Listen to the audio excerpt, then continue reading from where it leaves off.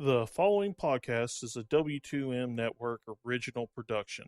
Visit W2Mnet.com for all of our other great podcasts, plus news, reviews, articles, and opinions from the worlds of wrestling, video games, football, and entertainment. You're listening to Wrestling to the Max. Alert. Clear all channels. This is an exclusive. How you like that?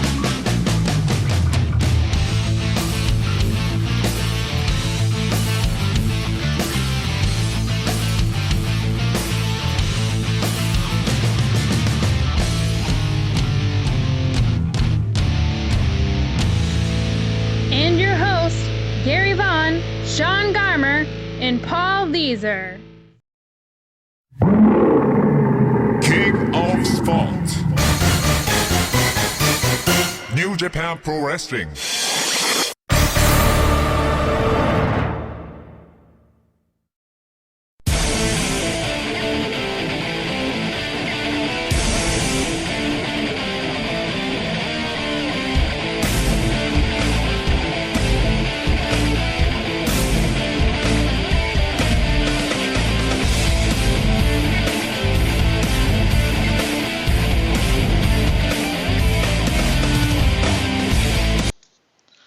Hello and welcome to another Wrestling to the Max Extra as we review Wrestle Kingdom 11 from New Japan Pro Wrestling, and of course the New Year Dash show that came on after or today or yesterday or whatever. They're actually having the New Japan press conference that they have every year after Wrestle Kingdom that kind of lays down the business end of things.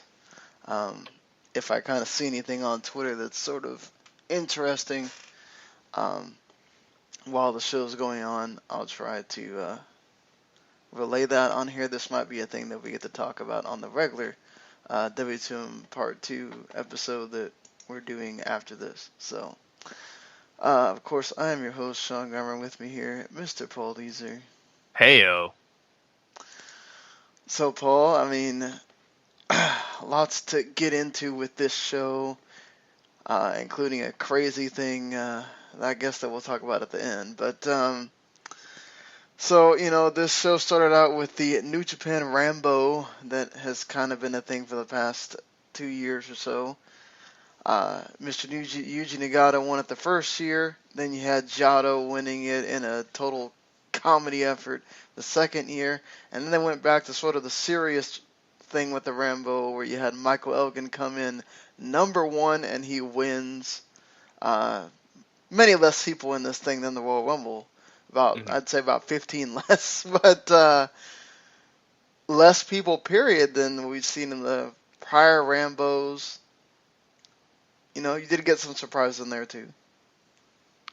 Yeah, a whole 14 people in this one, which I believe is the fewest out of all of them so far.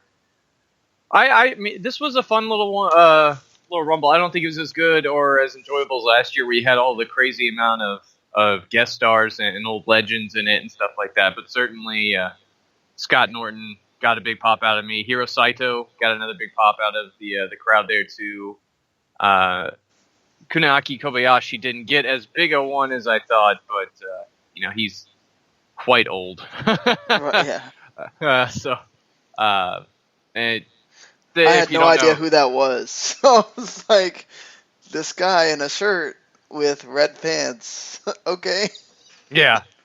Yeah, he's one of the older guys who's credited as helping establish the junior heavyweights before Liger, but his battles with the first two Tiger Masks, which, did you watch the English commentary or the Japanese commentary? I watched it on the Japanese commentary. Okay, good. I watched it on the English one, so that way we could at least get both sides. Which Kevin Kelly and Carino did a good job of really establishing who he was, going into all that. Cheeseburger was fun in this. Of course, he shows up again. And, Michael Elgin does win here. This, I think your prediction was pretty spot on in that they use this sort of as a vehicle to help sort of reestablish Elgin, which I think it did very nicely. Although I could have used more him and Norton beating the piss out of each other. Yeah, that looked like that wasn't supposed to happen. He just chops him out of the ring or whatever.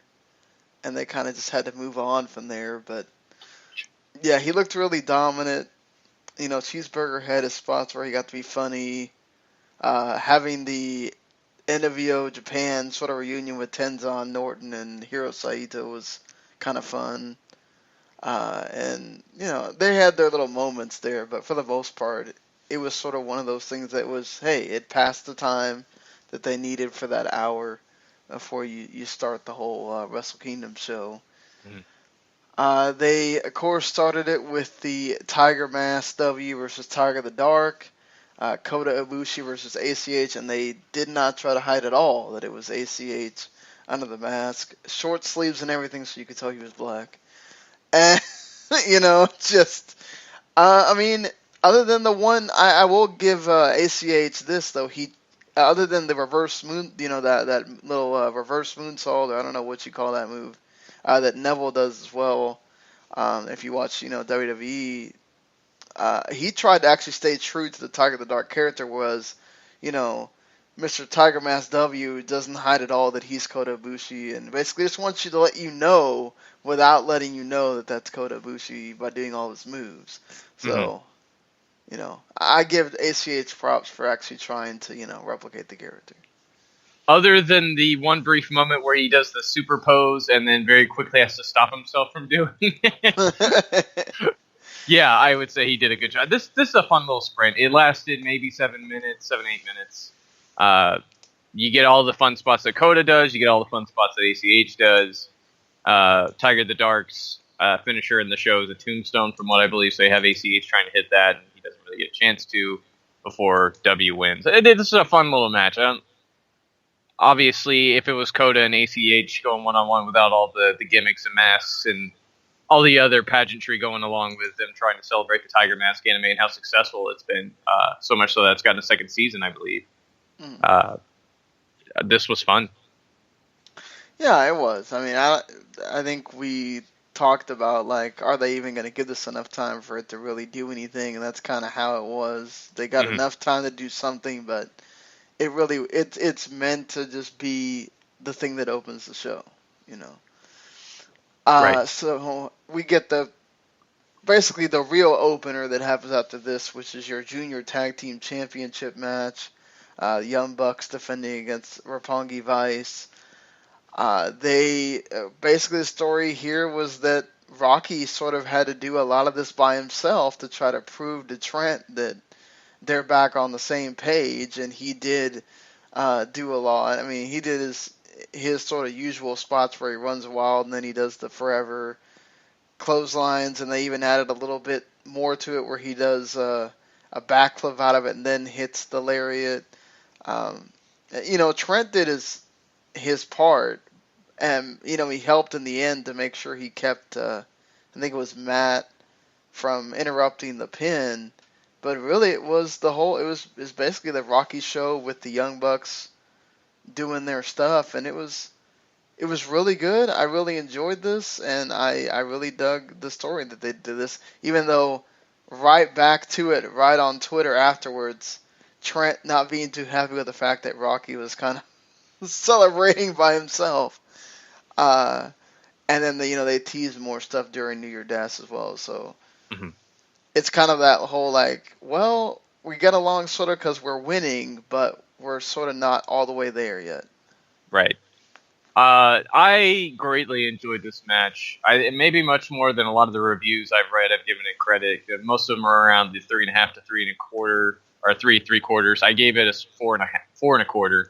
I thought the Young Bucks did a terrific job of setting this up the whole way.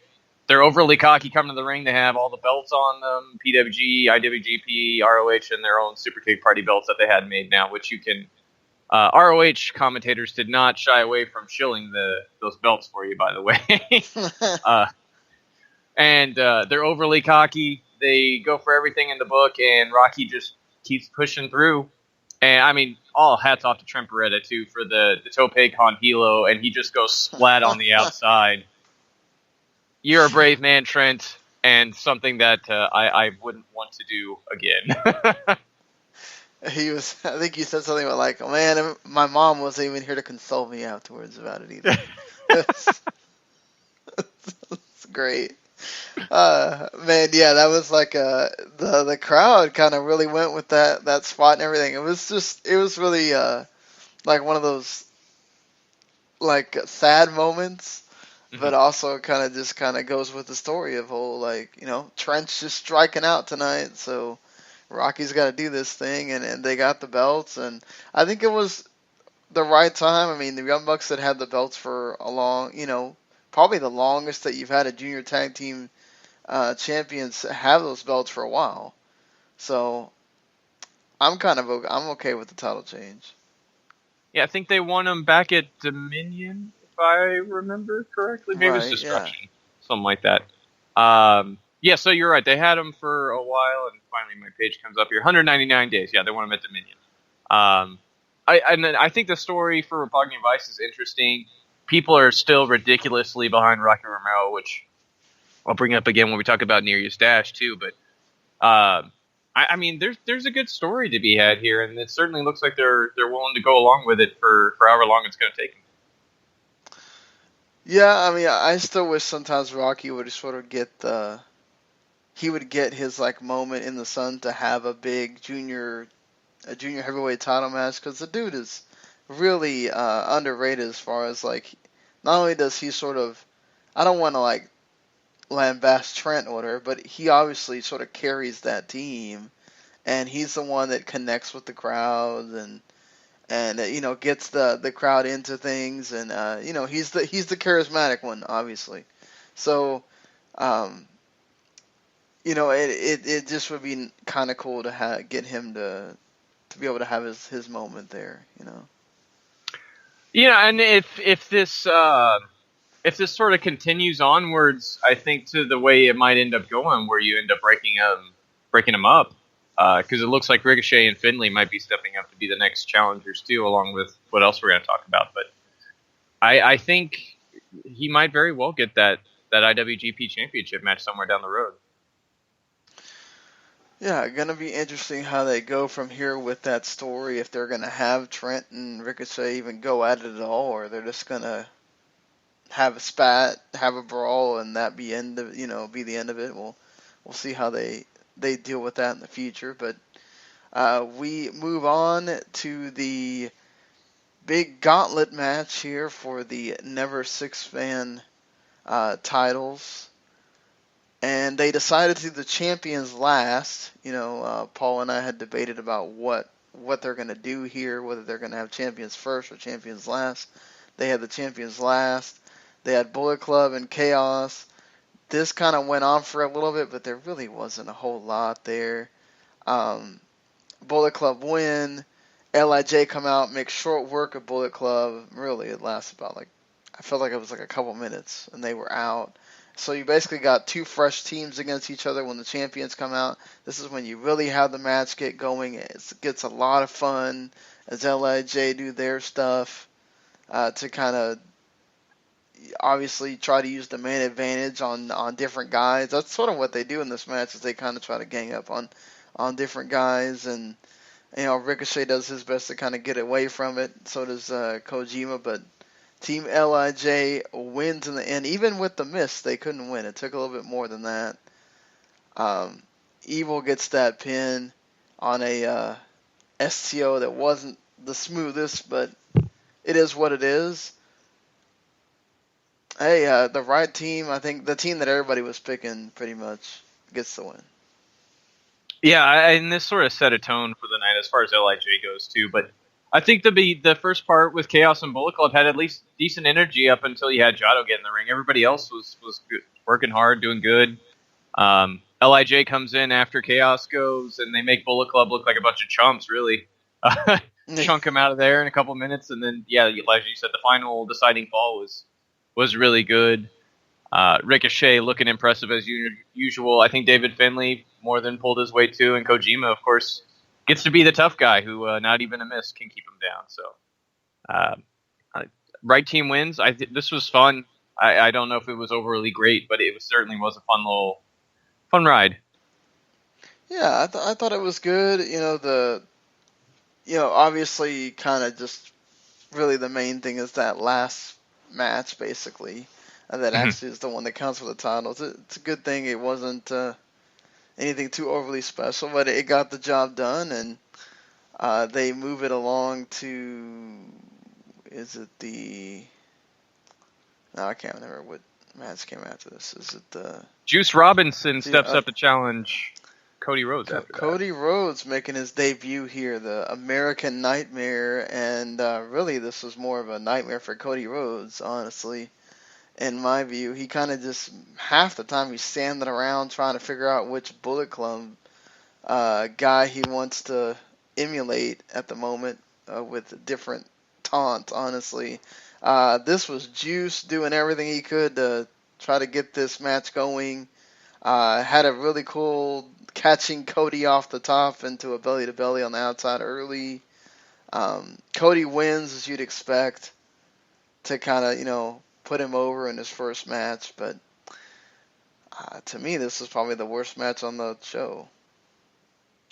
I certainly one of the more a lesser enjoyable affair, I would say. I thought Juice looked great. Cody looked like regular Cody. He didn't look like he brought anything extra to the game. He just was doing the usual Cody Rhodes stuff, and that's usually I'm okay with that. But it's a bigger stage, and you're trying to make an impression. I thought he would have brought more to the table, and he just didn't. But certainly, Juice is going to get paid back in spades the next night that we're going to talk about. Yeah, I mean, he gets rewarded for busting his ass here. Mm-hmm. And that's, hey, I don't think any of us would have expected that, so that's really cool for him, Yeah. But, I mean, we'll get to exactly what he gets out of it in a little bit. But, I mean, honestly, if there's one match you can probably skip over on this show if you're trying to kill time, it's this one. Then you get your ROH title rematch between Kyle O'Reilly and Adam Cole. Of course, we talked about before on this show. In the preview, it was hinted at between everybody that did the...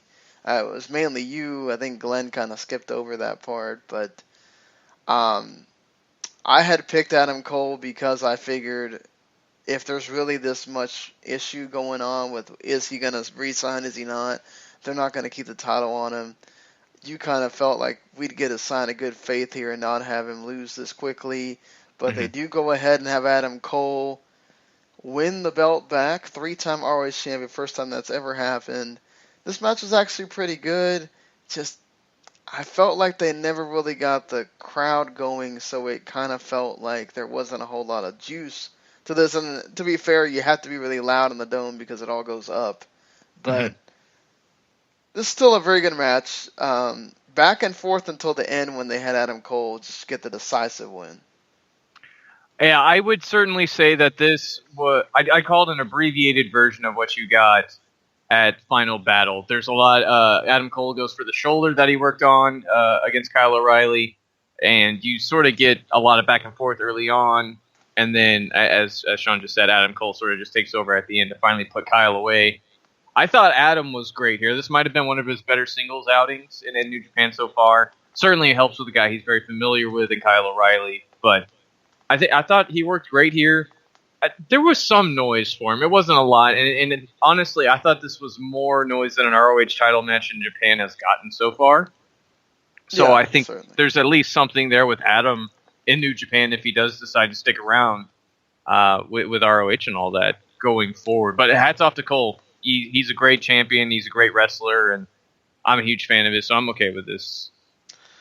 I mean, I don't know what he totally means by this. Perhaps he just meant that he knew he was going to be in Japan the next night or whatever. But he did tell Mr. Carino that, of course, this is Steve Carino's last gig here with ROH. Technically, he's going on to be the trainer for NXT after this. He did say that Adam Cole talked to him, and Cole said, "I want to renegotiate my contract."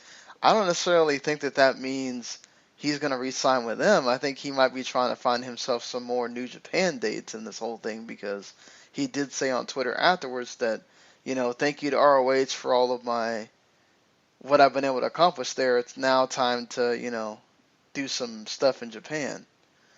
So perhaps he is sort of angling for more New Japan dates and all this, or maybe perhaps he is going to sign a New Japan deal, for all we know.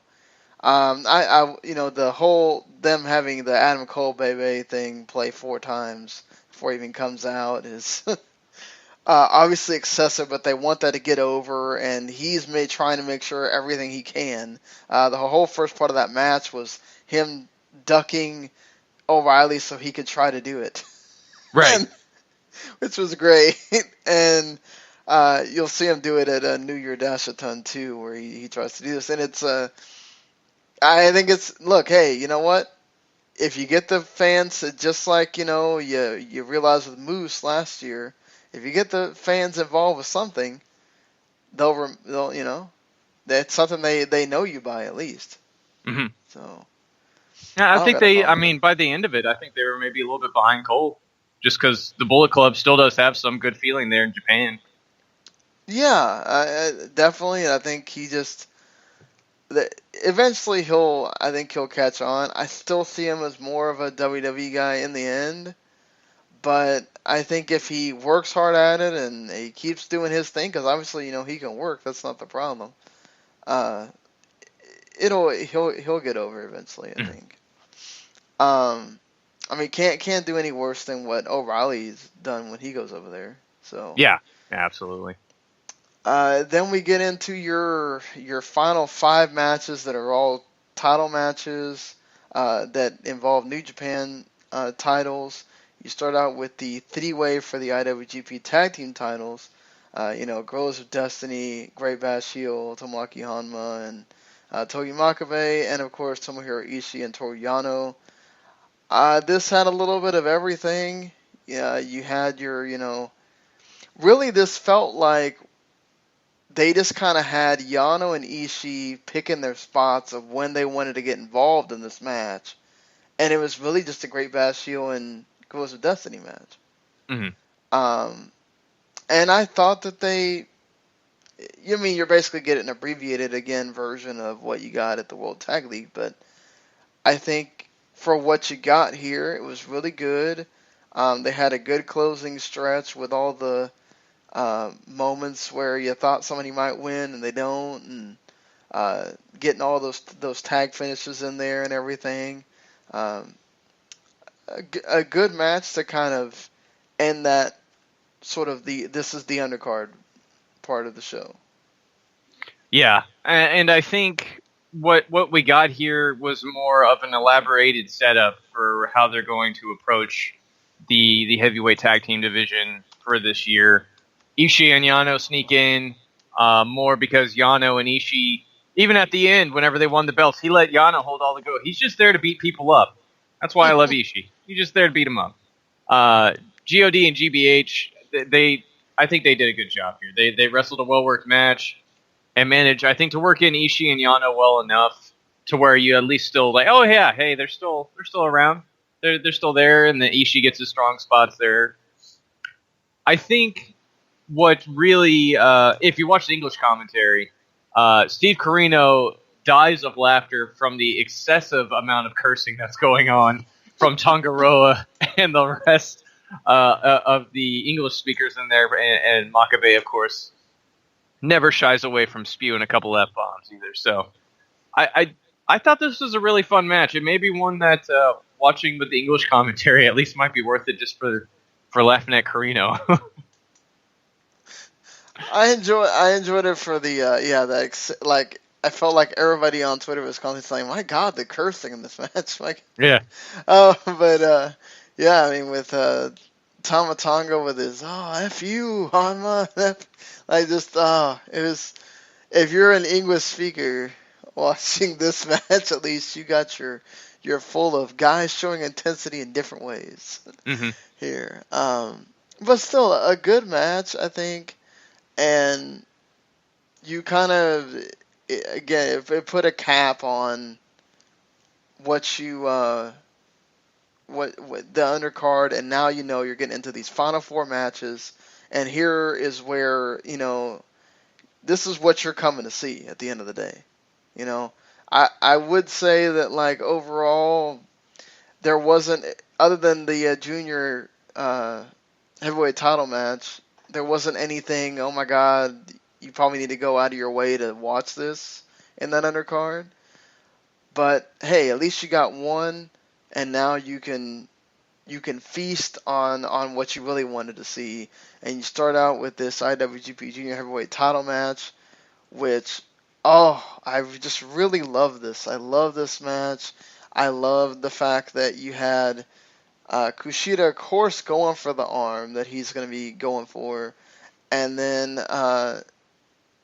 Hiromu's goes after a body part, so they're basically going back and forth. And Kushida's sitting here, that moment where he gets that hoverboard in, and he keeps wrenching on it. I'm like, oh my God, is he gonna tap out? Like, geez, tap out, dude! He's gonna break your arm. And no, he doesn't. He finds a way to get out of it. Then he figures out how to basically stop him from putting it on him. And then he gets the time bomb and he wins. And it's just a fantastic match the way it was laid out. And the frickin' I know this isn't the first time Kushida's done this move where he catches him on the outside with the armbar, but it's just so beautiful every time he does it. Yeah, it certainly is an attention grabber, and endlessly. This one, I don't know if it was one of the more flawless occasions where he's caught somebody, but certainly still as impressive just from how vicious he gets after this point. And it makes sense in the context of the match because they sort of open in the same way, or at least I think how everybody expected him to, with a nice little exchange of some quick little exchanges here and there, some tying up, all that good stuff, right, that you expect from something like this. And then Hiromu drops Kushida straight on his head, and the match changes from there into really what you expect from a never openweight title match, which I thought was so refreshing in that you don't always get this, especially nowadays in the junior heavyweight division. But now with maybe Hiromu around Kushida, you have a couple other guys floating around, and a big influx coming in from what we're going to talk about later. You might have a good junior division to really build a big stories around again, and I think this laid out. Yeah, Kushida starts targeting the arm. Hiromu does not stop targeting the head. That ends up getting him the win at the end. He's your new IWGP Junior Heavyweight Champion. Also, something to note: every championship on the card up to this point has changed hands. That was something that the English commentators hammered home. Yeah, I mean, we hammered it home in the chat. I kept making a point of, it's 6 for 6 or 7 for 7 or whatever. Just amazing how many titles changed hands to that point. And the crowd really got in this match too. Mm-hmm. And you hardly ever for junior matches in the Dome, you don't get that very much. So this was one of those times where they really brought it to the audience. Just, I mean, like you said, though, is that mixture of this felt more like a regular heavyweight title match at times. It wasn't them just doing crazy stuff. Yeah, Hiromu does a few like dives or whatever, but he didn't dive crazy everywhere. Right. Here, it was really about working something methodical, working a part, getting to Kushida's head. And able to counter him and get what you need to do to get a job done and win. Yeah, and I mean you have like you said, that big dive from Kushida at the beginning. Hiromu does the big senton to the outside too, which is still endlessly insane on just any measurement of sanity. But I mean these guys went out there and put on like the last 8 minutes was just this giant slugfest, something that. I almost thought was going to take away from the next match because they wrestled a style that's very reminiscent of what is used for the Never division or the Never Openweight title matches, and that's very old school, strong style, tough guy, hard strikes, brutal heads, just brutality. And like you said, you don't see that too often from a junior division match, and the crowd was certainly into it. I think that also speaks to how well they've done by Kushida. I don't know how many people are giant fans of his. A lot of people I talk to are, but I don't know if they ever truly understand just how over that guy is. And how great he is. Yeah. It goes hand in hand with he's protected, he's a great wrestler, the crowd loves him, And they're really into Hiromu too. So that's another thing is like in his short stint of being returning, the crowd has really gotten into him. So it's just kind of a great mixture of so many things going right for this match that it worked here. And you know, I gave it the 4.5. That's what I So gave it. I saw people giving a little bit less or whatever. That's fine. Some people have the value differently there, but Mileage may vary, as we're going to talk about in the oh last two. god, mileage may vary when we get to much later. Holy jeez. But yeah, so we move on here to the never openweight title match. Katsura Shibata, Hiroki Goto. These guys have lots of history with each other. High school friends, have a great series of matches from 13 and 14 that you should really go check out on New Japan World. Don't know if they're all on there, but several of them are there. You should go watch them. But this one was tremendous as well. These two went at it as you'd expect, just total knock 'em out. Hit each other with stuff. Thank God they didn't do the stupid "let me sit down and kick you" thing that Nagata and Shibata did for a while. I mean, not that it kind of just takes you away a little bit from the match because it's not something that, anyways, nobody's gonna let you sit there and kick them. But I mean, this was great just from it felt like two guys just fighting it. Shibata wants to win. Shibata cares about winning. Uh, Goto knows where he's at as far as he needs this win. He needs to continue to validate himself for always being that bridesmaid. And the thing is that the finish that happens here, I love the finish because Goto has gotten himself in trouble sometimes for trying to do too much or not doing enough to try to win. He thinks he can win with just win with the Shouting Car, just win with the Ushigoroshi or whatever. This time, he says, you know what? I know you. I know you're going to fight. I know you're going to kick out. So I'm not going to just end this in one GTR. No, screw you. I'm giving you the throat slash, and I'm going to give you another freaking GTR just for the hell of it. And he wins. So I know you as a Goto fan, you must have been totally elated. But this was awesome. I was pretty hyped, and this was another great match, another 4.5-star encounter between these two guys, who were 2-2-2 going into this. Goto had 1-2, Shibata had 1-2, and they have had two double knockouts. One where they headbutted each other so hard they might have actually legitimately knocked each other out. So if that doesn't hype you up for what's going on here, I don't know if anything else will. Goto focuses a lot on the head and neck, which works into the GTR, Ushigoroshi, Throat Slasher, all of his big moves. I was so happy to see him bust out the Shotenkai, and a little sad that I was watching English commentary because I love the way the commentators from Japan call that. They get so pumped about it, and it's a great-looking move, too. Shibata is his usual self. He's kicking, he's trying to get Goto to come up to his level. Goto comes up to his level, and then he starts working real hard.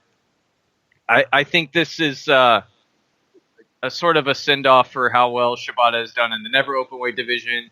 He can move on to the greener pastures that is the IC and heavyweight title, I think, because the crowd was behind both of these guys very heavily, and it might have had a lot to do with the IWGP Junior Heavyweight title match. They just saw sort of priming him for what you got in this. Like I said, they worked a very similar style where they're hard-hitting, just brutal moves left and right, and Goto manages to come out with the win, and maybe we'll see what else he can accomplish this year. Maybe it doesn't just stop with winning this championship. Yeah, I mean, hopefully he gets to hold it for a bit because we did see with the IC title when they were scared that Goto wasn't going to be able to draw, they go right back to Nakamura, and then that was kind of it for him in title reigns really. So and then they had him win the New Japan Cup, or not when he got to the end, or no he did win. He didn't win the title match. Right. And then he, gets all the way to the final of the G1 and then doesn't win. So, living up more of the bridesmaid thing to kind of go up to this moment, and we'll see, what's going to happen here with him. But, yeah, just tremendous match. And, it it's going to be a nice ride for Goto, and hopefully we'll get that slow build for Shibata too. Of we're finally going to go somewhere else with him. So we go here to the semifinal with the IWGP Intercontinental title match going in here with Tetsuya Naito and Hiroshi Tanahashi. Have a reminder that all of the titles have changed hands up until this point. Mm-hmm. So, both of us had picked Naito. You made the assertion in the group that was like, oh my god, is Naito going to lose the belt here too? Because everybody else has lost the belt at this point. But no, Naito winds up winning. He winds up getting a full. He kind of doesn't get a total Destino first out of the corner, so Tanahashi kicks out at the 2.9999, and then he hits a Destino again, and Tanahashi is out. But my God, this was amazing. Two guys going after the same body part, and just it's like who can outlast the other one. Mm-hmm. And it's just so much like great stuff here with Naito blocking the high fly flow, Tanahashi getting the sick full Nelson on him, just Naito getting to hit Gloria, which you don't see a whole lot. I mean, just awesome stuff. Tanahashi hitting the sling blade on Naito on the apron was just disgustingly brutal. Yeah. He busts out the high fly flow from the top rope to the outside again, which I always appreciate. It looks great. These guys went to war. They worked on each other's knees. Both knees, they started on one. They ended up working on both. They're both selling it well. It's a really simply laid out match that they executed to absolute perfection. Naito does get the big win. If he wasn't a star before this, he certainly is now, because Tanahashi worked so hard to make sure he looked good. And Naito did exactly the same. I think these are two guys cut from the same cloth. The hype video that they played before that sort of played into that too, where Naito and Tanahashi have sort of almost mirrored each other as far as not only styles, but sort of how they came up. When Tanahashi didn't start getting over until he made the news by getting stabbed by one of his ex-girlfriends. Naito didn't start making news and headlines until he turned heel and embraced all the hatred that he had been getting. And, look at where they are now. So, I mean, Naito retaining here, definitely the right call. LIJ looking strong as all get out with all of them holding championships at the end of the night. I almost gave this 5 stars. I loved it that much. I still at 4 3/4, but I really thought about giving it 5.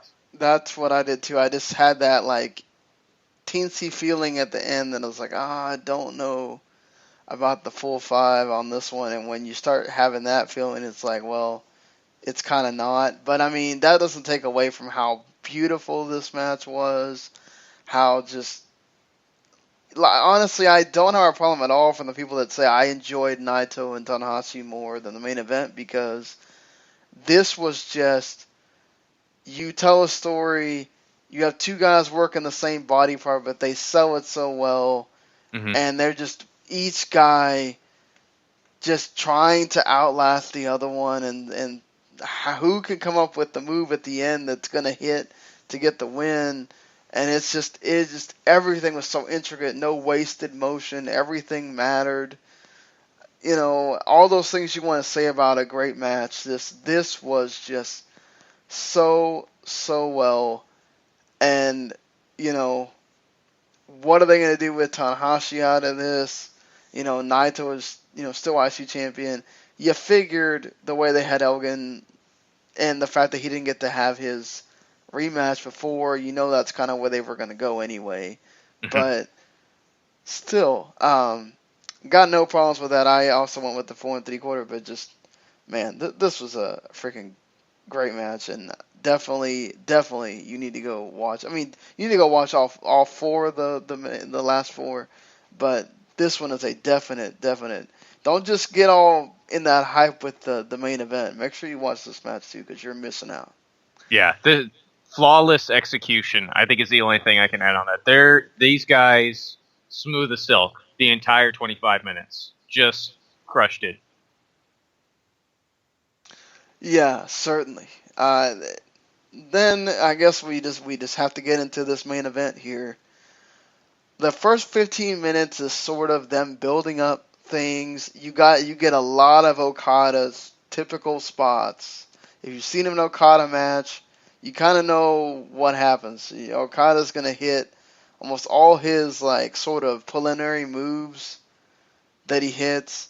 Omega has a really awesome entrance here with a half Terminator. Triple H, eat your heart out. You didn't need all the big old machine. You just have half your face be the Terminator. That's totally fine.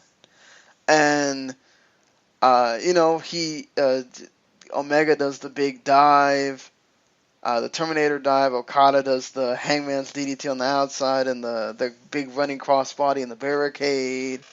He does all the big elbow drop and everything. I mean, all that stuff that kind of Okada does at the beginning of a match that kind of gets you started to where, okay, we know when we hit that closing finish, that's where you kind of want to really pay attention because this is going to be crazy. And, knowing Omega, he's going to have some big spot ready for this. And he brings in a freaking table, but he doesn't set it up. He just kind of has the table there. And he puts the table on top of Okada and then freaking does a double stomp on top of it. And I was like, oh my God, please don't blow out a knee or something. Mm-hmm. It's like, that's the last thing that needs to happen here. Man. And then they go on with Omega decides that, oh, that's not enough. This table's set up on the outside. We definitely have to go through it, right? Oh, here comes Omega. Okada backdrop all the way through. Table breaks, and my God, Kenny Omega. God, I don't know how he's not dead. That's just I think the 30-minute mark at that point. Yeah, we're not even close to the end, but I mean, I think just to interject, the opening 15 minutes are typical Okada stuff, and I think that's how they draw you in. I think both Omega and Okada know what people talk about whenever they watch an Okada match, and they talk about this as filler or whatever. I don't necessarily call this filler. I call this setting you up for what you think is it's subverting your expectations, right? Because people came into this expecting a whole lot, obviously, and they give you the usual Okada fare at the start. And I think that's just such a great way to sort of subvert the expectation. And from the second Omega hits the spinning springboard moonsault to the outside over the guardrail, I should mention, almost killing himself too because his head came a whisper away from smacking that guardrail onto Okada. From there, it's on. It's off to the races. And you get a whole bunch of match that I don't think anybody would have guessed was coming their way. No, you totally don't. And, I mean, this was just... you have Omega does this, like, freaking ridiculous move off the top with the Snapdragon, like, superplex off the top. And you're like, oh my God, what the hell's going on here? We're just going nuts. And, like, Okada starts winding up for okay, I got to make sure that I'm focusing here because I know Omega's getting to the end. And, this is when Omega starts trying to do the one-winged angel. Okada stops him. Okada tries to go for the Rainmaker, and Omega stops him. But then Okada gets that tombstone. He gets the Rainmaker, but Omega kicks out. And then, Okada gets the big drop kick. But then Omega hits his own tombstone. And then he hits his own... He goes nuts and tries to hit, various moves after that. He hits the knee I don't know how many times. And Okada still gets out of that. Okada hits about, like, 2 more Rainmakers. But, like, Okada can't even pull one arm over Omega. He's so exhausted. They're just laying down. I know a lot of people complain about this is the Shawn Michaels Triple H. They're just hitting a move and laying down. No, it's not. They're exhausted. And they're allowing the crowd to kind of get into this. One thing I didn't mention about the Naito and Tanahashi, they were into that match. It was so loud, you could hear it through I talked about the air goes up in the dome. you could hear it loudly, like as if you were there. Mhm. So imagine how loud it gets with this match. And then Okada does this like freaking spinning tombstone and gets the last Rainmaker, and Omega loses. But my God, this was insanity. I think the one big spot you might have missed was Omega hitting the full Nelson suplex off the top rope and damn near killing Okada right then and there. Uh, I the the last 30 minutes of this match are a roller coaster on steroids. Like, it is so incredible what these guys are managed to accomplish. The crowd was super into it. Kenny Omega's knees are deadly, and he looks super tough coming out of this. And usually, very few people kick out of more than one Rainmaker, if at all, right? It took 4. He took 4 Rainmakers, the spinning tombstone, and they protected the one-winged angel because he never actually got it off. And if they made you feel like if he had just hit that, he would have been your IWGP Heavyweight Champion. They walked everybody in the Tokyo Dome and everybody watching on New Japan World right up to the door, let you look inside the house of what would happen if Kenny Omega was the IWGP Heavyweight title holder, and slammed the door in your face. Perfect, absolutely perfect match. People have been comparing it to Taker and Shawn Michaels from WrestleMania 25, which gets, as it should, a large amount of praise for being one of the best wrestling matches ever to take place. I'd put this right up there. Yeah, definitely. Mr. Dave Meltzer thought it was so amazing. He gave it 6 stars and sent the whole entire world into some like ridiculous everything on Thursday morning, or yeah, I guess it would have been Thursday morning, was, oh my God, what the hell? How 6 stars does not exist. What is this? Like, this is Dave and his Tokyo Dome bias again, and this is everybody on the night that this ended was, oh my God, they did too much. The 15 minutes was too slow. Omega never got to hit his finisher. That's terrible. Like, what is it? Oh, they were going long just to go long. Omega didn't win, so this doesn't deserve 5 stars. Omega should have won. Let me tell you something about the Tokyo Dome. It's hard enough for a Gaijin to do what Omega did this year. He's not winning in the Tokyo Dome. I mean, as defiant as Paul was about Omega winning the G1, like, put that times 1,000 of Omega winning. Like, I picked Omega just because I said, maybe there's a sliver of a chance, just because they want to do, and we didn't talk about this, but they did announce officially July 1st and 2nd, Long Beach, California, the 2 G1 special shows there, not G1 actual events. They are sort of probably going to be house show matches, where you're going to see some G1 matches, basically, if you get to go to those shows, that you'll get to see later when you watch the G1 is probably what it is. But,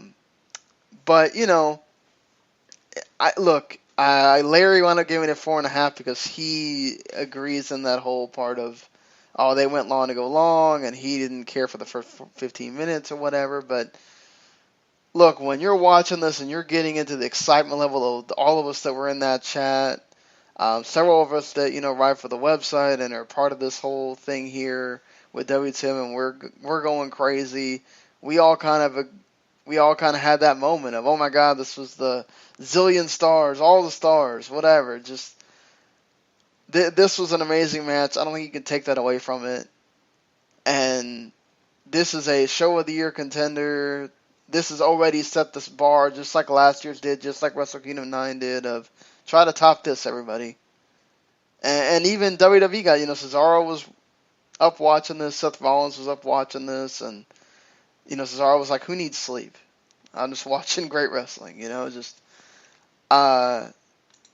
don't know. I don't know if you have anything you want to add to the whole debate or whatever, but just this was a match I will always remember. I haven't gone back and watched it again, but still having the memories of just that watching it live, I don't know that I'm gonna forget that. Yeah, it was 6, just a little bit after 6 o'clock, I think. Maybe it was 6:30, Yeah, it was almost somewhere. 8 o'clock Eastern my time when this thing ended. Yeah, so 6:15 ish, maybe here in Central Time Zone, and I was wide awake the whole time, and I'd been up way too long anyways, but this just entranced me from bell to bell.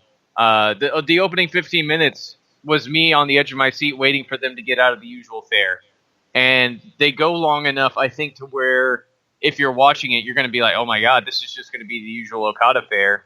And then the last 30 minutes are just blow your mind, fantastic.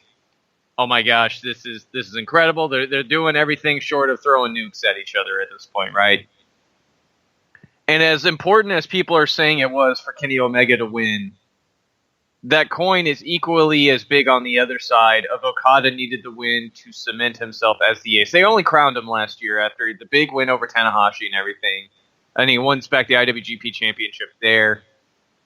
This big win here in the Dome in this kind of match with Kenny Omega, I think cements him, if not in most everybody's eyes, then at least a whole lot more than what it had been, that he is the ace. This is the guy. No matter what Tanahashi's song is saying about him going, go ace and all that stuff, it's Okada now. I think this cements that fact. This is the guy New Japan's going to go with for a long time. Kenny Omega will win the IWGP Championship this year, I think. Just not at the Dome. Yeah, I mean, I definitely think that what this sets you up with, especially with he didn't do the one-winged angel or get to actually put Okada down with it, is that this is setting up for, okay, Omega lost without hitting his one big move. Whenever he hits that move, it's over. Mm-hmm. Like, there will be no getting up for Okada. It will be the end of his reign,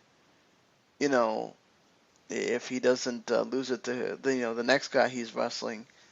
But, I mean, and I won't say no because, again, I mentioned this before on the preview that New Beginnings a lot of times is literally taken with a name. Mm-hmm. So, I just want to make the point that, Dave thinks it's one of the best, possibly one of the best matches ever to exist. I don't know that I've watched enough wrestling to be able to say that it is. I definitely think it's, I said that, last year's was one of the best matches I've ever seen. This is definitely right up there again with one of the best matches I've ever seen, and it's only been a year, and it's amazing that it includes Okada and the same guy that was in this last year. A guy, we can complain about that whole 15 minutes, but I don't think there's anybody that knows how to do a closing stretch of a match better than Okada does. And then you have a great foil there with him with Omega. It's just, I don't know how this match couldn't have been great as it was. I don't either. The exchanges these guys accomplished, it just in the last 15 minutes, whenever they're sort of setting you up into the closing stretch. I was at that point where I don't think anybody in the Dome, anybody watching live, anybody watching later, I don't think anybody knew who won, who was going to win. It was completely up in the air. It's an absolute toss-up, and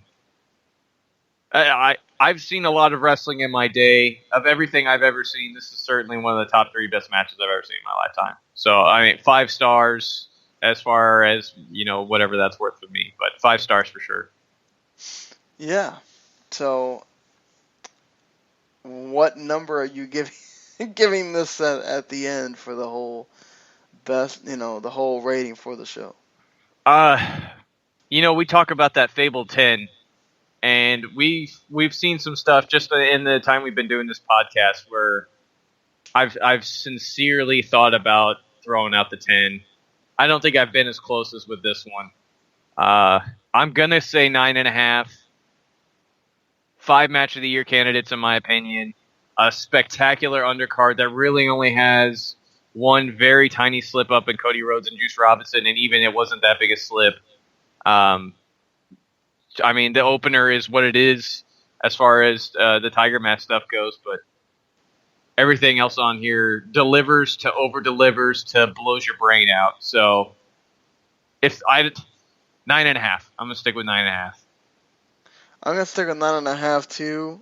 I think if you'd had, a couple of those, the tag team title match or the 6-man title match be, of the 3.5s or close to the 4 category, I think definitely you're talking about 10s.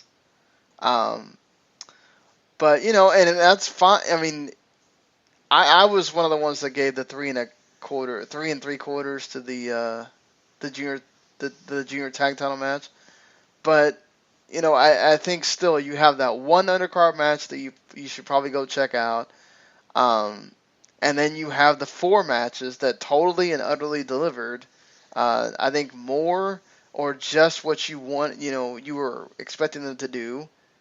And I don't think you complain about that. So you're talking about 4 matches that we're going to be talking about at the end of the year.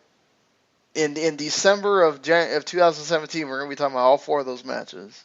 Mm-hmm. And that is a testament to a show. If you're saying that you're going to be talking about these on January 4th or January 5th, whatever, of 2017, December 31st, 2017, we're still talking about those matches, that is totally insane. Because usually by then, you've forgotten about all that. But I don't think I'm going to be forgetting, at least, especially the last 2, for a long time.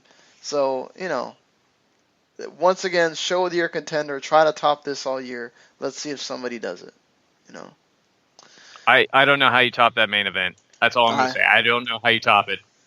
I don't know either. I had no idea. But, they weren't trying to top it the next night. They were kind of everybody taking it easy kind of deal. Mm-hmm. And, so you kind of got this show that you get with New Year Dash where usually the big thing that happens is not necessarily a match or whatever. It's some kind of, and really this has only been something very recent, I think, where you have the big moment happen or whatever on the show. It's not always been the case where New Year Dash is this, oh my God, you got to check this out show. But, so, you expect all these tag matches or whatever that don't really mean a whole lot. It's more about the intricacies in some of these of what they mean. So you start off the show. Of course, this is the New Year Dash show that they always have, sort of like New Japan's Raw after WrestleMania, if you want to have sort of I don't know what you call it, something similar. North American comparison. Yes, there you go. North American comparison. Kyle O'Reilly, David Finlay, and Ricochet beating Jushin Liger, Tiger Mask, and Hanare here. The highlight for me was Hanare. I don't know. I honestly, this is about the second or third time I've seen Hanare because I didn't watch the Tag League. So I didn't see his tag matches with Nakanishi to really know if he'd done this spot a ton. But the really nice thing I thought here was the Hanare getting the spot because he's a heavyweight junior and he's not a junior young lion. He gets to do sometimes these power spots or whatever, and Hanare got to do a spot where he has Finlay and Ricochet, or not. Yeah, he's got a Boston Crab on, and he's got Ricochet booting him in the face, and he's no-selling it. And he keeps it on, and then you get Liger doing the Romero special, and you get Tiger Mask doing an octopus stretch all at the same time. That was a cool moment. And then Hanare getting the no-sell something else before it takes a double pin after a Finlay roll and shooting star press to get him down. So there you go. And it was funny too because you got O'Reilly, Finlay, and Ricochet all having to work heel here, sort of, which is a different take for them. But yeah, good match to start. I thought this was really fun. As you said, Hanare is the one you really take something away from. He was fine with Nakanishi in the tag league. They got to work a lot of their power stuff there, and you get more of the same here. People call him more of a mini Bad Luck Fale. I think he's got a lot in common with Nakanishi too, and that he's just a big, tough guy with a whole lot of muscle on him for how stocky a frame he's got, and the kicks to the face endlessly impressive. He's a young lion. He doesn't have a whole lot going on here, and he's the one that immediately comes out of this looking the best. Outside of that, you have Finley and Ricochet continuing to look really good together as far as a tag team goes, and certainly I have to think an IWGP Junior Heavyweight Tag Team title match is in their future. Yeah, certainly. They look good here. You get the one time where Ricochet kind of almost whiffed on the shooting star. He kind of overdid it on Henare, but still, like for all the times that Ricochet is great, the one time it's whatever. But this was a good opener. It was short, and they didn't overdo it, and there you go. I don't know how much it says about O'Reilly being the first guy, in part of the opener there, but we'll have to see what winds up happening with him or whatnot. But after this, you get Yujiro and Hangman Page against Yoshitatsu and Billy Gunn. Oh boy, this was a turd, guys. Just a total turd. Hangman Page was decent. Everybody else was. Look, Yoshitatsu showed some fire. He finally got off the whole "let me copy Triple H" crap. Probably because Billy Gunn told him like, "Hey, just don't do that." But it's whatever. It's just really generic stuff, and I don't know what to say here. I will give endless credit to Billy Gunn for still doing what he's doing now. The dude, he's in his mid-50s. He still looks like he's in his 30s. I don't, obviously he can't do as much, but he still, he works pretty well, I think, over here in Japan. So if he sticks around, I can't say I would overly mind. Yoshitatsu, I don't know what New Japan can do to make people care. Other than he's got to get to that point where he either snaps or does something else, because this isn't working, whatever they're trying to get him to do. And I don't know what else you can do. And Yujiro and Page were themselves here, right? Page hits his big spot of the flipping lariat, which I will always mark for. Yujiro is no ladies with him tonight, but they probably broke the bank getting the 4 for him yesterday. So can't blame him there. And he was his usual self too. So it just lacked everything that really draws you in. The wrestling was fine for what it was, right? It's just the atmosphere, your real lack of attention to these 4 guys, and just there's not a lot of interest here, and that's I think it's the only problem. Yeah, it's like there's 4 guys you really don't care about. Billy Gunn is what he is, whatever.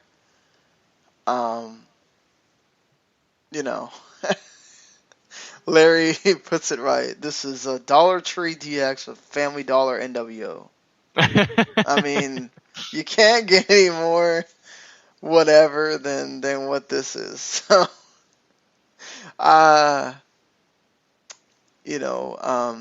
one of the actual heavyweight young lions actually had a stare down with Billy Gunn. I don't know what that all means, but interesting, I guess.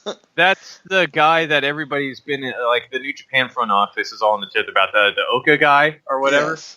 Mm-hmm. That's who that is. And if I'm real curious. That dude's big, let me tell you. Yeah, he's equal the size of Billy Gunn, which is impressive, because Billy makes everybody look really short over here in Japan, and just the size in general, this guy matches him perfectly. I'm really curious if they might have Billy Gunn working with some of the young lions while he's over there, just because he has all that training experience already. I wonder if they might keep him on in that sort of role as well as having him on shows. Yeah, why not, right? I Mm-hmm. never know if he's going to do something in the dojo or just kind of being in there working these tags or whatnot, because once we get to like the sort of almost end of this show, they might be working a heck of a lot more tags on these shows than they were previously, which may mean that we may want to watch even less of these house shows, but see how it goes. I just don't know how they're either gonna be switching around people a heck of a lot, or they're gonna be trying to fit everybody on every single one of these cards, and oh, this is gonna be fun. But so after this, you get the I don't know, what's the upgrade from Family Dollar? The Kmart version of Bullet Club with Adam Cole and the Walmart version, Adam Cole Super and Click.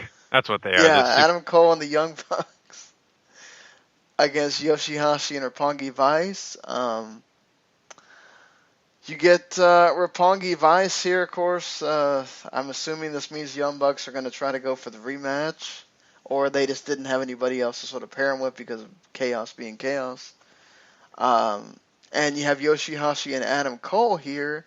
The interesting thing is, other than, I thought Cole looked really good here. And, Cole even got to do the Canadian Destroyer. He hit a backstabber on Yoshihashi. You got a lot of Yoshihashi and Adam Cole interaction. That's because out of a surprise roll-up, you get Yoshihashi pinning Adam Cole, and I think Adam Cole knows what happens. You get pinned in a match in New Japan, you're defending your title, so you're screwed, sir. Yoshihashi gonna get an always title match. Yeah, and I don't know how soon that's going to turn around. Obviously, they have the Honor Rising shows, which will take place there in Kuroken, which I imagine that's where that match will take place if they are going to follow up on this. It may be sooner, at New Beginning or something like that. I don't know. But Yoshihashi has a title match coming to him, which surprised the heck out of me. I did not think he would pin Cole here. The Young Bucks and Roppongi Vice look great here, too. This was just another really fun match that you get. Cole and the Bucks work great together. Let's just be honest. This was kind of like we finally kicked the show into gear match. Absolutely. And Yoshihashi and Roppongi Vice worked equally as well together. And Romero and Beretta, they have a little bit more of some arguing going on here that they sort of solved with a high five, which got a good laugh out of me. That was great. But yeah, I loved this match. I thought this was a really fun little six-man. Oh, I agree. This was a fun match. You got your, Cole, I think works. Look, Omega's great with the Bucks too. But I think Cole works better with them in that, he does the super kicks. He does some of the, the more flashier moves. So, I think Omega works great with them as far as the comedy, I think, more in.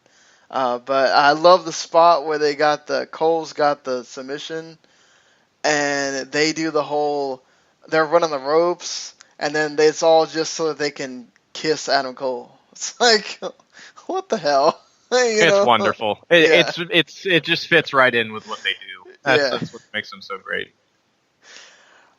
So then, of course, they whoop Yoshihashi because Adam Cole's pissed. And I think Yoshihashi eats a suplex to the knee and all that. And then we get our Legends 10-man tag match. You get Cheeseburger and Team 2000 reunion with Scott Norton, Hiroshi Tenzan, Satoshi Kojima, and Hiro Saito. Cheeseburger tries to get, he gets himself into the actual Team 2000 picture. Even he had the shirt on too. Yeah, he had the shirt on, and they realized right at the end, oh crap, he shouldn't be in this picture. They didn't get him out. And he's just like, I got the picture, awesome. And of course you get Kenny Omega with the Bullet Club. I guess you call it the B+ team. I don't know what this is, but Kenny Omega with Bad Luck Fale, God, and Bone Soldier. Jesus. So. You know who's losing, folks. Yeah, you know exactly who's losing. Scott Norton got to do the whole handshake from hell to Kenny Omega, and that's sort of almost, I want to say, like the big moment for Scott Norton, other than the funny thing where Cheeseburger tries to tell Scott Norton something, so Scott Norton just gets tired of him and throws him out to Bullet Club, and then Bullet Club just throws him back after Scott Norton. And Scott Norton just says, all right, man, just go do whatever you're going to do. Kojima comes in and does his thing. You get the double machine gun chops from Saito and and Kojima, which was funny. Then you get Scott Norton like trying to do a chop, which is hilarious. On the other side there, and Cheeseburger doing chops to Fale, while Fale just kind of stands there like, it's like a fly hitting me. What are you doing? Like, and even better, like he does the Tamatonga, and Tamatonga like goes and hits himself. It's like, oh hey, this is basically what you're doing to me right now, man. That's good. You know, you get Kojima hitting the cozy lariat on Bone Soldier, and they win. This was comedy. This was fun. What do you think about Omega just getting put in a match like this after you lose the dome? You know, the way I look at it is you got to see the one side of Kenny Omega at Wrestle Kingdom. The super serious competitor, the incredibly gifted wrestler, and everything else that's great about him on that side of the coin. And then you get to see him have fun here. And I know a lot of people probably want to see him pissed off that he lost and everything, but that's just not Omega. You know, I don't think that's really what he's about. He's going to go out there, he's going to have a good time in these little smaller shows. Because I think at the end of the day, he knows it doesn't really matter. What he's going to matter is when he's back in that big picture again, whether it's the New Japan Cup or he gets a rematch before that or whatever. I mean, but he spent a good portion of this match calling Bone Soldier Boner. I mean, you got to keep it light. Maybe he's doing this to keep it from crying. I don't know. But I thought I didn't really have a big problem with it as a bunch of other people did. Yeah, and New Japan's great about when it's not your moment, it's not your moment, right? Like, this show was not about Omega. Right. Yesterday was about Omega and Okada and, the 4 main events or whatever. Mm-hmm. Okay? This was about something else. This was about Suzuki Gun returning. So the focus wasn't on Omega here because he's not the important part of the show right now. So when it is his time to be important part of the show, he will be important. It's not like WWE where they forget about you for ages and whatever. And the cool thing is sometimes you'll think that nothing's going on, just like Omega a lot of last year. He wins the IC title and we go, oh, he's not really doing anything. Then he loses the belt to Elgin and you're like, oh, okay, nothing going on. Then he wins the G1 and you're like, oh, well, geez, if you really think about it, how great of a year has Kenny Omega had, Right. And that's the thing. You're not always in focus all the time unless your name's Okada or Tanahashi or Naito last year because he blew up or whatever, but he'll have his moment, and when he does, it'll be great, and we'll all be talking about it. Exactly. So then you get, and I seem to enjoy this match, I think, a lot more than a lot of people, other people did. I really enjoyed this match. But Michael Elgin and Kushida against Tetsuya Naito and Hiromu Takahashi. This was the coming out party of Michael Elgin. If you've never watched Michael Elgin have a match in Japan, this was a match for you to watch so you can see how great Michael Elgin is here. It started out with Naito getting a bunch of chants, and then you got Elgin chants the rest of the time because Elgin was just kicking ass the entire time. He did the deal with the Falcon Arrow, and then he did the super deal with the Super Falcon Arrow on Naito. He got a little bit of assistance from Dragon Lee, who came back to attack his old nemesis, because I think this is the trade that we got here. Yoshi Tatsu's going down, and Dragon Lee is coming up. So New Japan definitely got the better deal on that one. Yeah, but, they won. but, Don't tell CMLL. Yeah, don't tell them at all. I love I thought Naito and Kushida had good interactions here, and basically it came down to having like 2 little mini matches between Kushida and Hiromu, and then you got Elgin and Naito having interactions, whatever.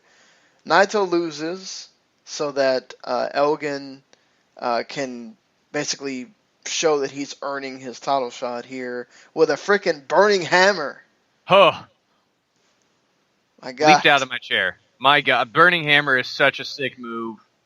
At least he didn't kill his neck like Kendrick did to Ibushi, but do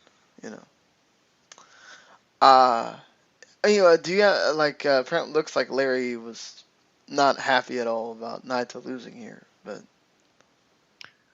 This, you just said it, right? This wasn't really about Naito. This was about setting up the next challenger, Michael Elgin. And from the second Elgin walked through that curtain, he was pissed. He was ready to get his hands on Naito, and I think they sold the story very well between them throughout this entire match, right? Elgin, whenever Takahashi gets in his way, he's either hitting him super hard or he's quick to toss him aside so he can get back at Naito, right? And Naito, during the match, ends up drop kicking him in the eye in the same way that he actually ended up breaking Elgin's orbital bone last year. And they play into that some because Elgin pulled onto his eye and everything. And I don't want to say that Kushida and Takahashi were an afterthought, but they almost were, right? Like, this was very much about reestablishing Elgin, even more so than how dominant he looked in the Rambo.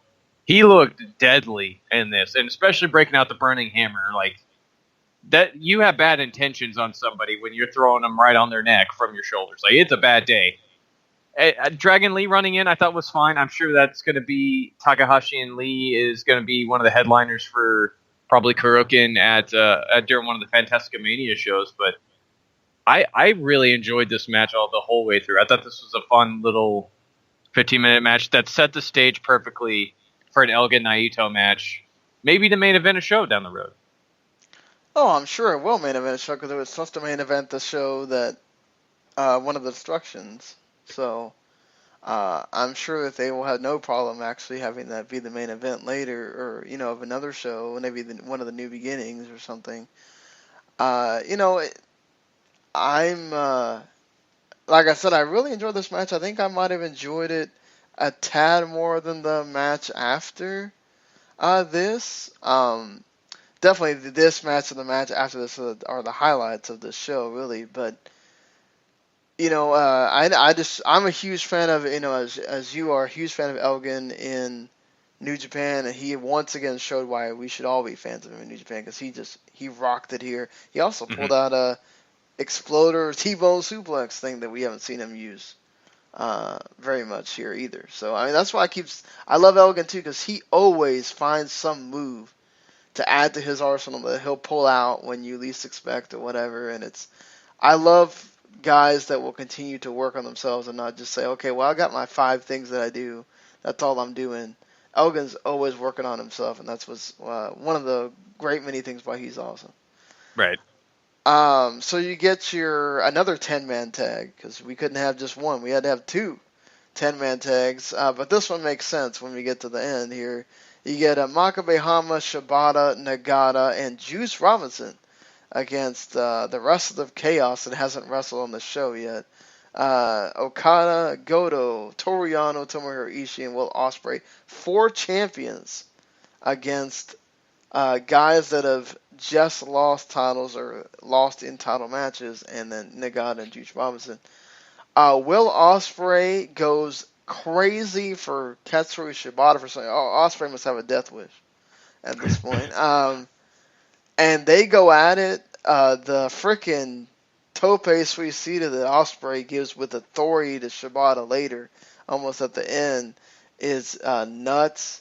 They have a big where he flips and then Shibata comes in and like almost kicks him in the face. He's like, look, dude, you are messing with the wrong man here. He had some nice counters for the Shibata, like trying to do the basement dropkick or whatever. He kicks him in the face again. That was great. So it looks like that's going to be a match we're having. Oh my God, that's amazing there.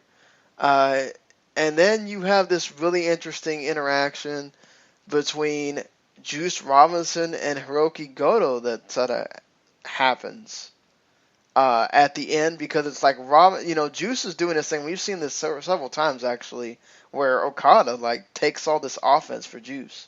So Juice must be very liked somewhere, because your IWGP champion is freaking getting busted by Juice Robinson of all people. And then he comes in and he's like taking it to freaking Goto, and him are having this great little battle, and they keep going. Goto does the do-si-do lariat where he runs the ropes and freaking the guy ducks, and they have to keep running at each other and whatever, and Juice finally hits it, and then he hits the what's that? The move has a name. The kill switch. He hits the kill switch, and he freaking wins. and he pins Goto. So guess what? Juice Robinson is going to get a never title match. Like, And wow. I was dumbfounded. This would have been the last result I would have picked. And maybe even, I don't know, Juice beating Okada. No way that's happening, right? But I think they set up really well. Juice is a great worker. He's really shown himself to be someone they can rely upon, especially in the last half of last year whenever they started taking some injuries. Juice stepped up. He put on a lot of great matches, and I would say he certainly deserves this. I'm really interested to see how he's going to work with Goto through all this. I'm a huge Goto fan, obviously, as it's already been said. I think he's a great worker, and I think these guys might actually put on some great matches. That might leave you talking about Juice a lot more than you ever thought you ever would have in your whole time being a wrestling fan. Ospreay and Shibata has RevPro implications. Of course, Shibata is the RevPro British Heavyweight Championship. Ospreay is the Cruiserweight Champion for RevPro. Ospreay wants the British Heavyweight title that Shibata has. So there's some spillover from RevPro going on there. Obviously, you have Right, because Yano. Ospreay made the mention before the match, hey, you have something that I want. Right. Yano and Ishii obviously are going to keep in the tag hunt there with are obviously your tag champs, and you have GBH ain't going to be disappearing from that chase anytime soon. And Nagata's sort of just hanging out, right? And I don't know, like there's a lot of great stuff happening here. Obviously, you get the big stuff after this, but this built up a whole lot of stuff that you have going on moving forward, and to that it did a job well. Not to mention it being just a really fun 10-man tag that you can enjoy the whole way through. Yeah, certainly just the implications there for this too, which are awesome. And I think with Juice, he gets really intense, and Goto's super intense as well. Juice will bring you the vocal intensity that you may not get from Goto, where he's kind of the silent assassin type or whatever. So I think they're going to wind up working well together. You had the interaction that you have where they're both like going at each other really hard with the lariats or whatever.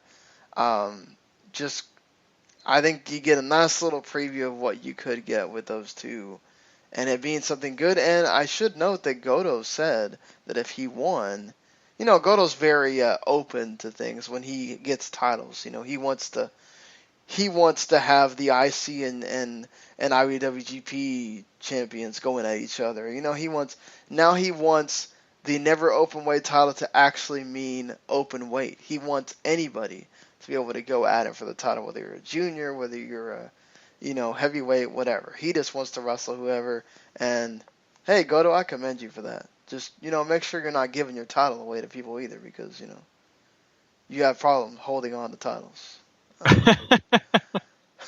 But speaking of holding on to titles, these Los Ingobernables de Japón, they just won these never open weight six-man titles the night before, and guess what? We're back to these titles just getting switched like hot potato, because Hiroshi Tanahashi, this is the second time having these titles, by the way, Manabu Nakanishi and Ryusuke Taguchi win, thanks to Manabu Nakanishi getting the torture rack neck breaker on Bushi and pinning him.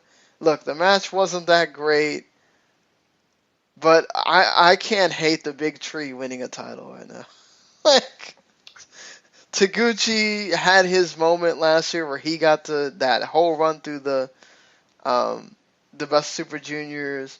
Nakanishi had that, dare I say, great match with Nagata on one of the Road to Tokyo Dome shows, where he busted his ass. And Nakanishi actually hasn't been like that terrible last year either. Like, why not? These titles don't mean jack shit. Like, why not? Are we skipping over the big angle in between these two matches? No, I was going to do that afterwards. Okay, like at the end. Just want to make sure. Sure. The main event here, it isn't really much, and especially in comparison to the last two matches, which were really, really good and really fun. This almost overstayed its welcome for me. LIJ was just sort of out there doing what they usually do, and you have the Tanahashi and Friends trio on the other side, just sort of... Basically, the only time that this actually is cool is whenever Tanahashi does something with Sonata. Other than that, Yeah. I mean, they did some neat stuff in there, and you have Taiguchi doing the usual fare, even showing off a little bit of what he can do outside of him doing all the butt stuff. So, Yeah, the double DDT thing was pretty great, neat. right? Yeah. I was just really more surprised they moved the belt off of Lij this soon. I felt like they were gonna run with them and let them sort of see what you can do with the other guys that aren't, that aren't Naito inside that group or Hiromu now, and see if they how much drawing power, see how much they can really do, and they sort of turn the page and go with I think more of a proven draw in Tanahashi, Nakanishi, and Taguchi, three guys who are really no matter what they're doing, they're usually pretty over. So, I mean, maybe this plays into just the strategy of using them with those belts to draw heavier on those house shows where these are more likely to be defended. But you're right; these belts don't mean much. I even like Larry going so far as saying that Nakanishi getting the pin in the post-match speech here was more like a participatory award. Hey, man, good job. Just amused me. Yeah, certainly. But these titles are meant to be defended on shows like this, on little house shows, and they'll do the title change so that,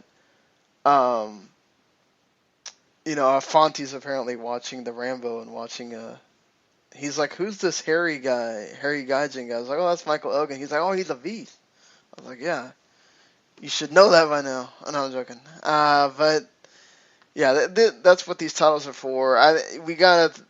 Earlier in the year, they kind of tend to do these house shows. Kind of tend to matter more because they're restarting the year. So we're probably going to see these never 6-man titles change a lot for a while, which I don't have a problem with. Just it is what it is with those titles at this point.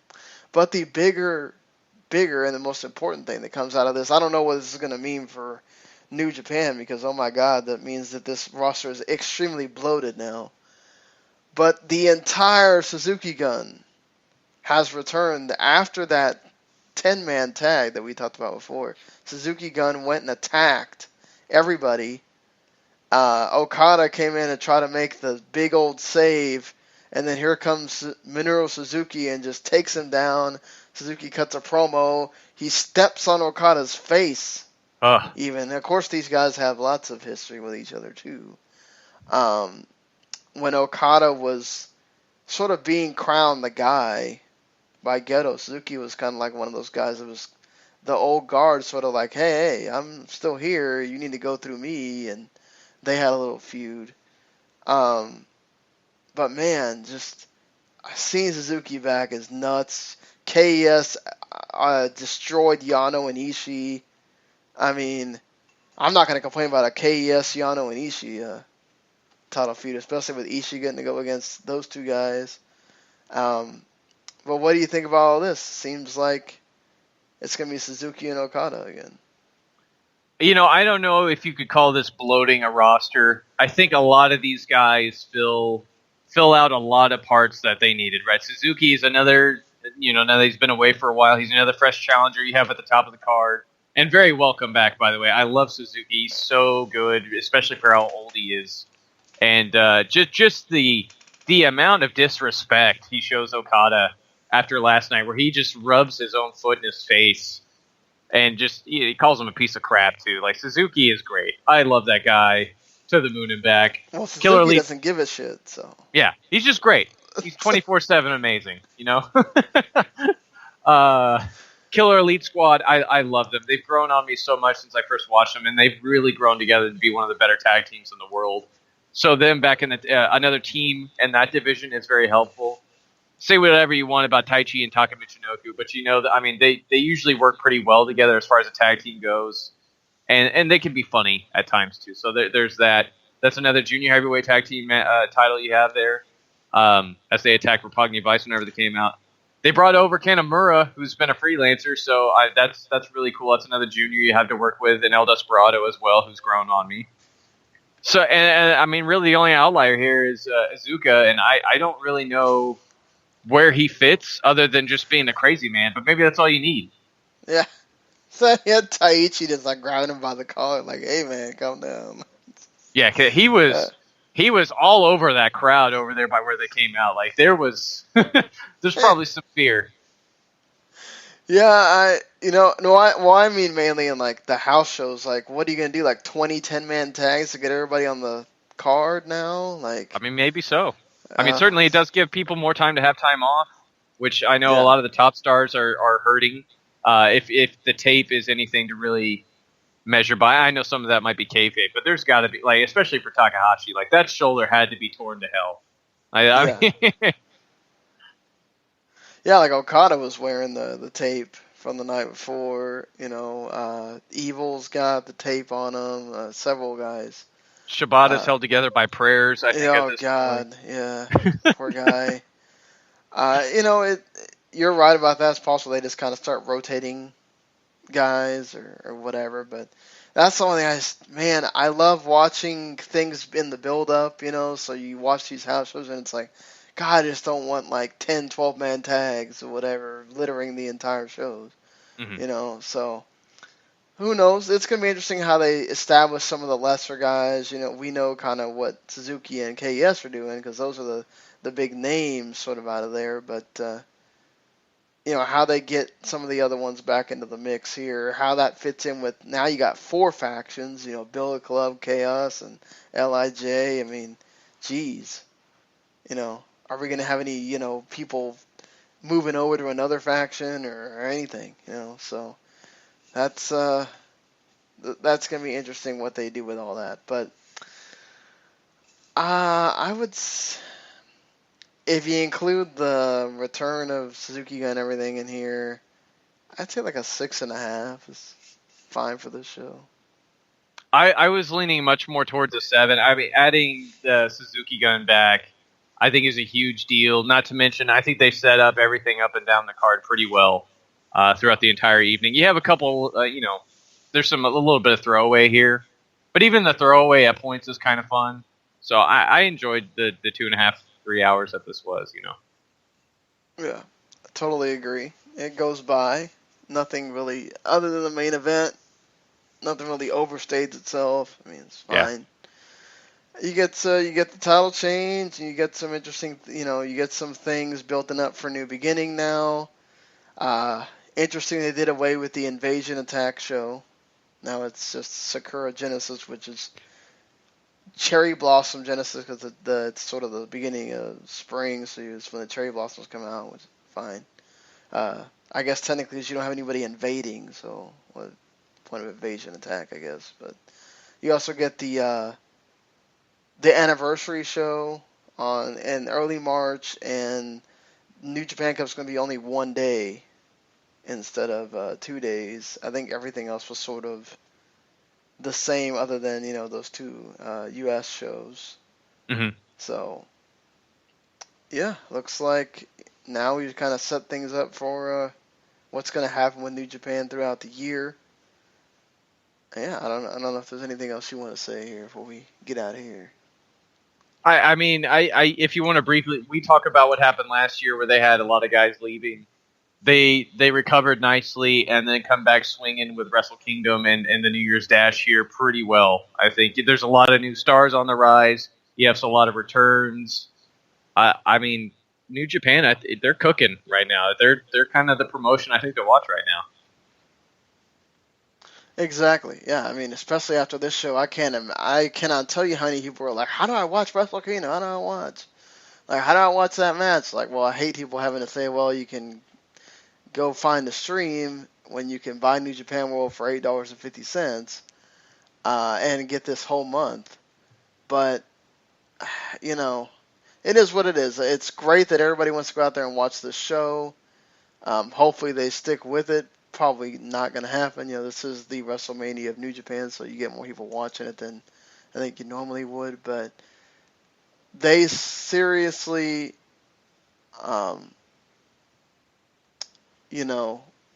put themselves in a position where, hey, this is the opening salvo. Let's see what happens. Mm-hmm. And then let's see if WWE gets a little bit of a, because for a while last year, they mentioned New Japan every 10 seconds, it seemed like. Right. And they were sort of friendly. And I wonder if, if somebody catches wind of these U.S. shows, if somebody's going to get upset, if ROH is going to get upset at these shows. We'll have to see if any of this means anything. But,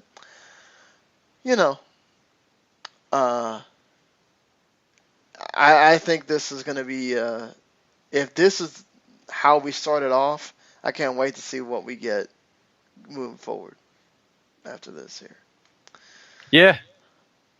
But all right, make sure that if you enjoyed this, we're gonna try to keep doing this thing of doing a New Japan kind of separate thing when they have a show for us to review and then kind of discuss things that have been going on. Of course, you can also check us out on the part 2 of Rest of the Max where we talk, NXT Lucha Underground. TNA has, restarted after their little break, and they had a huge week this week, under the radar week, where they had a lot of things happen. We'll get to talk about that, and so make sure you check out episode, I think it's 228, part 2.